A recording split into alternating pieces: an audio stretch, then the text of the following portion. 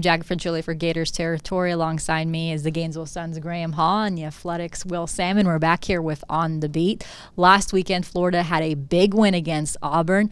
Now they have another top 10 showdown with LSU. But first, let's talk about that win against Auburn.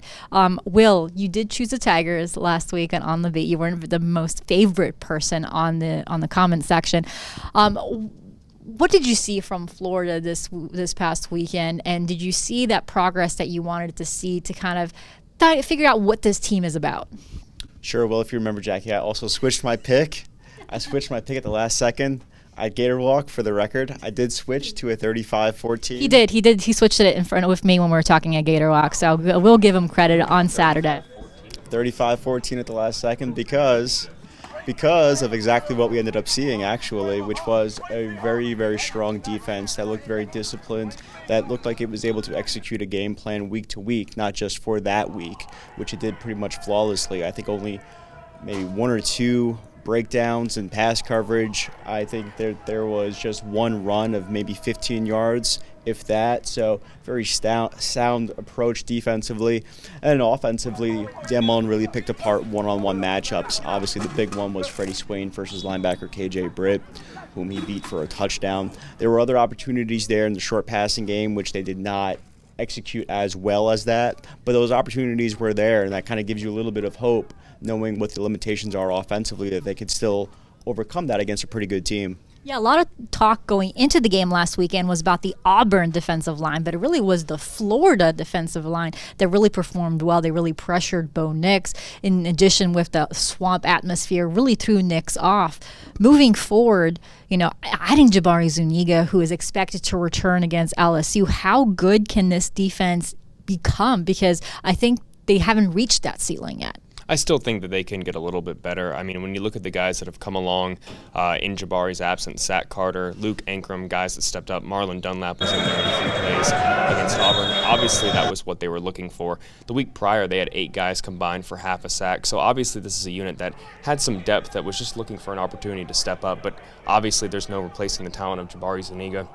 We talked to Todd Grantham last night about how he gets so much success with multiple rushers. He really talked about disguising that fourth rusher, what guys are able to do when faced up against Auburn's offensive line. That's probably one of the weaker offensive lines, the more I think about it, that Florida will face. I don't know if they're going to have that much success against LSU, but really LSU kind of has had their own issues on the offensive line. I wouldn't be surprised if Florida was able to get 5 sacks on Joe Burrow on Saturday. Yeah, actually, it was an interesting story that Grantham told us about his time with the Indianapolis Colts with Peyton Manning and the quarterback. And Grantham said that Manning always struggled against the Patriots, and he always struggled to find that 4-man rush. So it was interesting to hear how Grantham developed this defense back then when he was in the NFL. And Will, let's move forward to the LSU game, because I think a lot of people just want to hear about this LSU matchup. When you see this LSU offense, obviously you've got Joe Burrow that, went from not being a Heisman candidate to being, I believe when I looked this morning, was one of the top candidates for the Heisman, because he's on the verge of beating a lot of school records this year for his performance. Do you feel like he can really cause some havoc against this Florida defense? And what do you see about this offense in a shootout scenario? I believe LSU could really cause some problems for the defense, and it's probably one of the most prolific offenses they faced. Definitely. I don't know about 5 sacks for Graham's estimation there, but they could get a few, because LSU's offensive line isn't great. That's probably, if you look at their offense as a whole, and if you want to tell yourself what's the weakness here, it's probably the offensive line. Joe Burrow, despite that, though, is in the top 5 in pretty much every category that you want to be in the top 5 in for a quarterback. So he's doing his part. The offense is different because they're actually passing the ball a little bit. So that's, it's a big difference for LSU, clearly. And it's going to be a challenge for Florida, particularly with its secondary. But I think that they can get enough pass rush to make things really interesting. And then offensively, for Florida against this defense, I expect them to do a lot of what they did against Auburn, and that's sort of utilize the middle of the field, try to find some one-on-one matchups that way, and also try to get things going in the short passing game, which, again, I mentioned it earlier, but they tried to do it with Auburn. It just didn't work out so well. But that was only because they were one broken tackle away from really extending a play for a big gain. So I expect to see some more of the same in that regard for offensively. I'm not sure if that's going to equate to necessarily a big shootout, but I think it's enough to keep the game close. Graham, when you look at this LSU offense, you remember this one name, Jamar Chase. We remembered him once committed to Florida. Now Florida will be facing him.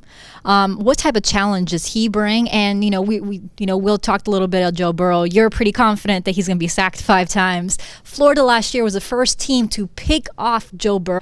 Do you feel like Florida can put more pressure on him? And what do you feel about Jamar Chase and his threat? Well, I think they have to. And you mentioned Jamar Chase because that's the name that's familiar to Florida fans. But really, LSU's wide receiver core, I think, would rank in the top 3. I think Florida and LSU would both have a case to say that they're the second best after Alabama. Obviously, they don't have any talented guys like Henry Ruggs or Jerry Jeudy. But you look at Jamar Chase, Joe Burrow is kind of like what Florida's offense is. He evenly distributes to his wide receivers. He's not going to zero in on one guy.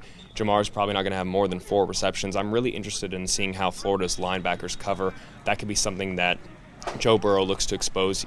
Will mentioned the middle of the field. I really expect LSU to attack the middle of the field, and it's going to be up to Florida to make up for any coverage issues that result from that.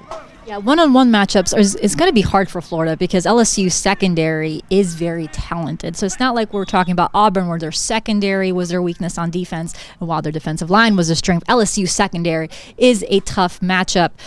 So when you look at this, how do you feel like this matchup is going to go, Will? Are you confident enough to give your prediction early on, or are we going to have another talk on Saturday in Gator Walk with you switching your prediction? Probably going to have another talk on Gator Walk when I switch my prediction. But you mentioned the secondary for LSU. They are talented. I mean, there's at least like 3 first-round picks there. You have Delpit, Fulton, and the freshman corner as well. Probably was the best one recruiting-wise, and that's translated.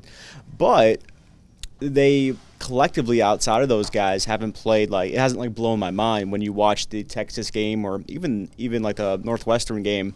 It didn't really impress you to an extent where it was wow, that's the best secondary group or the best pass defense I've seen.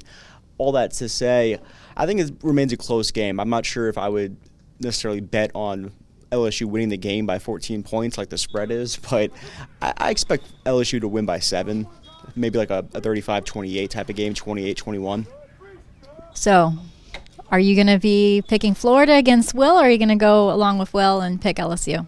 I think this is the first time this season I'm going to pick against the Gators. I think that 8 p.m., Death Valley, I think LSU pulls out a 4-point victory. I could see something a little lower scoring than Will, 21-17, 17-13 even. I think it could come down to the running game. LSU really hasn't established the run yet. I keep thinking about that LaMichael Pirine, what he already did there in Tiger Stadium as a freshman. When Florida went in there, lost by 1 point, he had 2 touchdowns in 2016. So certainly we talked all last week about how he had a chip on his shoulder against Auburn. Certainly that may be a case. If Florida can establish the run and avoid making any creating any turnovers or causing any turnovers and create some turnovers off the LSU offense, I could easily see Florida going in there and getting a win. But I think with what Joe Burrow's doing right now, that secondary that you mentioned, I think that LSU does pull out a 1-score victory. I'm going to pull a Will card here, and I reserve the right to change my mind on Saturday during Gator Walk, but I think you can never go wrong that way. Right, I know. We also have a game day prediction on Friday morning on Gators territory too, so I might change. But right now, I kind of agree with both of these guys that I give this slight edge to LSU. Now, it's something that I said last week about Bo Nix handling the pressure at the Swamp. Kyle Trask has done well. He did well in Kentucky and did great under pressure there. But that environment comes nowhere close to Death Valley. And I think that's what I'm questioning here, how he's going to handle in that environment. But not just him, the offensive line. Are they going to have some discipline issues? Are they going to have some false starts over there at Death Valley? We saw that against Auburn when they had that muff punt and they were down in the red zone.